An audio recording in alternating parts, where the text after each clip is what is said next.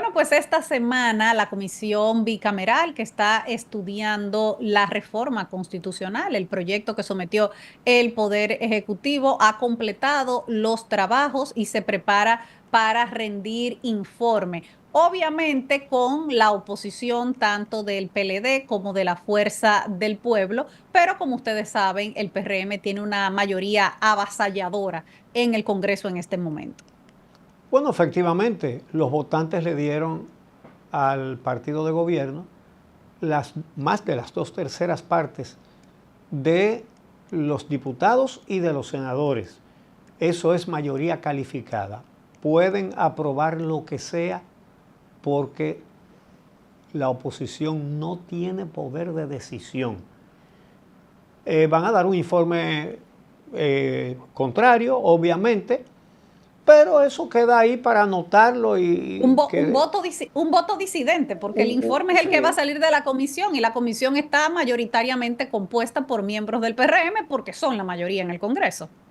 Efectivamente, eso fue el jueves, pero ayer viernes, entonces, fue presentado el proyecto en el Senado para aprobarlo en lectura única y la semana que viene le toca a la Cámara de Diputados. El Senado aprobó el viernes el proyecto de reforma constitucional sometido por el Poder Ejecutivo. La Comisión Bicameral del Congreso revisó el proyecto, rindió un informe favorable. El Senado lo declaró de urgencia, lo sometió a votación y fue aprobado en 2 lecturas consecutivas.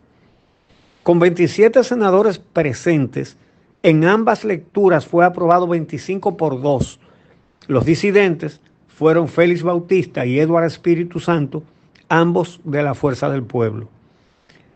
Esa reforma será discutida y votada por la Asamblea Nacional Revisora 15 días después de su aprobación por ambas cámaras. Una de las reformas unificará de nuevo las elecciones presidenciales, congresuales y municipales el tercer domingo de mayo de cada 4 años y otra complicará modificarla con propósitos reeleccionistas más allá de los 2 periodos presidenciales actuales.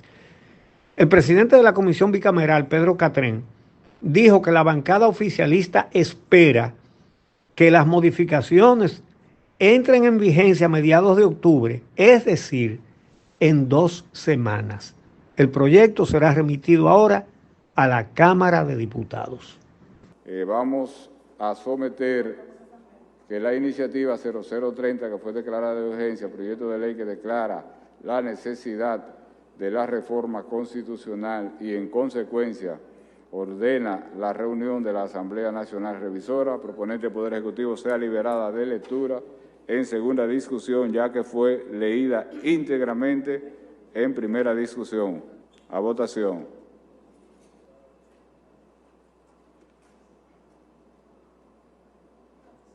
Aprobada la liberación de lectura.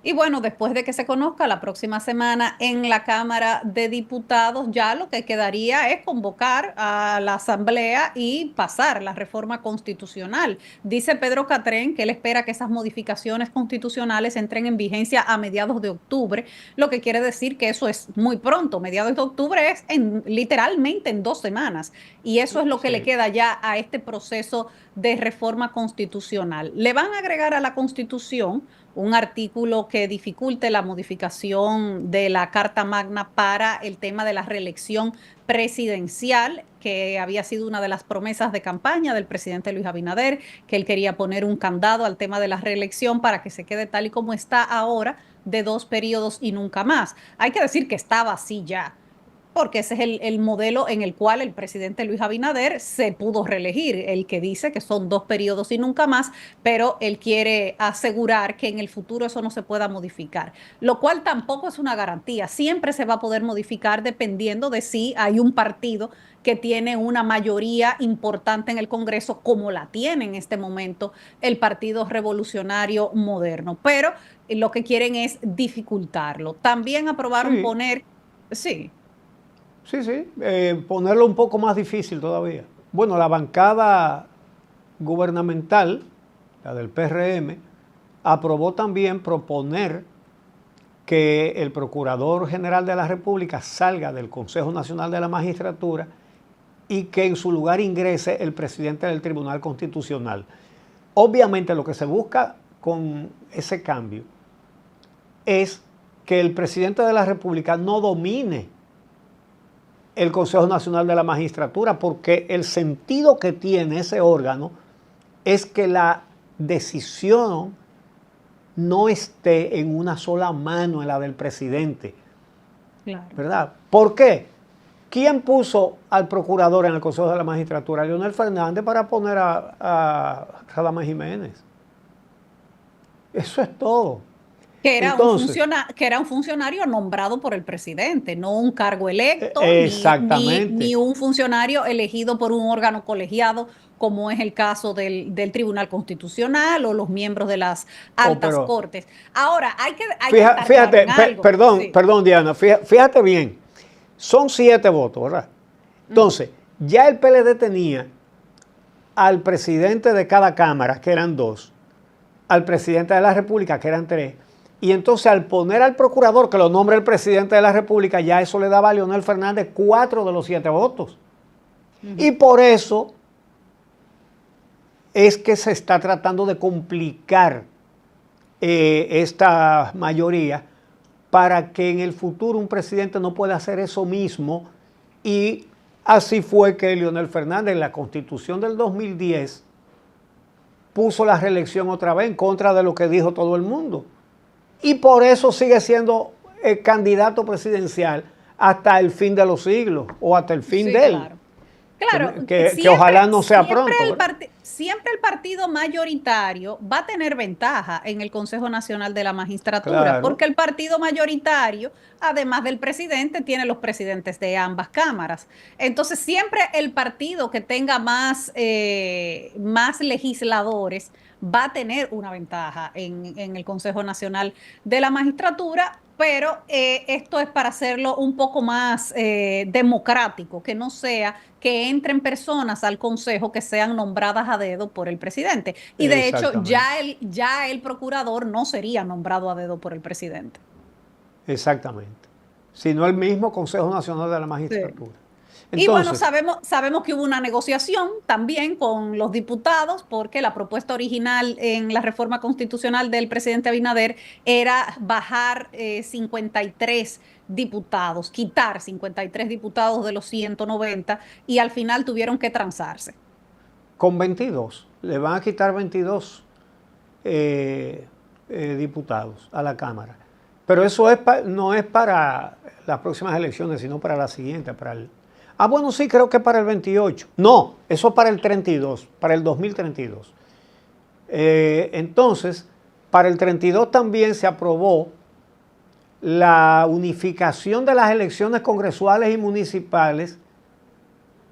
Así que eso ya es una decisión también. Van a reunificar las elecciones. La verdad es que parece que no escucharon las cosas que fue y dijo allí la Junta Central Electoral, porque la Junta Central Electoral pintó un escenario de la complicación que implica hacer las dos elecciones juntas el mismo día, en términos logísticos, en términos del conteo de votos, en términos del horario de los colegios electorales, del personal, en fin, la complejidad, porque imagínense ustedes, son todos los cargos municipales, ahí están los regidores, los alcaldes, los vocales, todo, ¿verdad? Todo. Esos son miles y miles de candidatos. Después entonces tienes el nivel congresional con todos los diputados, los senadores, y entonces tienes también el nivel presidencial. En fin, van a ser una cantidad de boletas el mismo día para que los dominicanos elijan, que ciertamente no es imposible, pero es mucho más complejo. Pero bueno, para comenzar, hay una consecuencia. No van a dar resultados temprano. No. Del resultado de las elecciones. Por lo menos, seguro que la prioridad va a ser dar el resultado del nivel presidencial, pero ya tú sabes lo que se va a tardar para dar los otros niveles. Ajá, así es. Bueno, la oposición se retiró de la comisión bicameral para la reforma constitucional bajo el alegato de que no hay consenso sobre la propuesta. Es un argumento bastante novedoso, porque las decisiones del Congreso no se toman por consenso, sino por mayoría. Esa es la regla. Y ellos no solamente lo saben, sino que ya ellos la usaron cuando la mayoría calificada la tenían ellos. Entonces, ellos que fueron gobierno antes, han tenido la mayoría, han aprobado todo lo que han querido, incluyendo una reforma constitucional que le permitió a Leonel Fernández seguir postulándose, como lo dijimos hace unos minutos, para siempre, como lo sigue haciendo hasta el día de hoy. Entonces... Bueno, y también Danilo Medina. Danilo Medina también impulsó una reforma constitucional que fue para él poder reelegirse. Y lo consiguió, sí, que fue la del 2015. Exacto. Ahora, eso que dice la oposición, que no hubo consenso, obviamente que no. Son dos partes contrarias. Entonces, pero el presidente de la comisión bicameral, que es el senador Pedro Catrén, explicó que la comisión escuchó toda la campana, que esa es la obligación democrática, es eso, que hablen todos, que propongan todos y luego votan y decide la mayoría, ¿verdad? Eso es una cosa tan elemental y que ellos saben perfectamente porque esa mayoría ellos la usaron. Ellos avasallaban porque tenían el avasallamiento, se lo dio el pueblo cuando le dio la mayoría de los legisladores y ellos lo usaron. Y entonces ahora se quejan. Eso es una cosa. ¿Qué esperan ellos? Que la gente entienda qué cosa. Vamos a hacer una pausa y vamos a hablar de la participación del presidente Abinader en la Asamblea General de las Naciones Unidas y en la cumbre antidrogas. Regresamos. Esta misma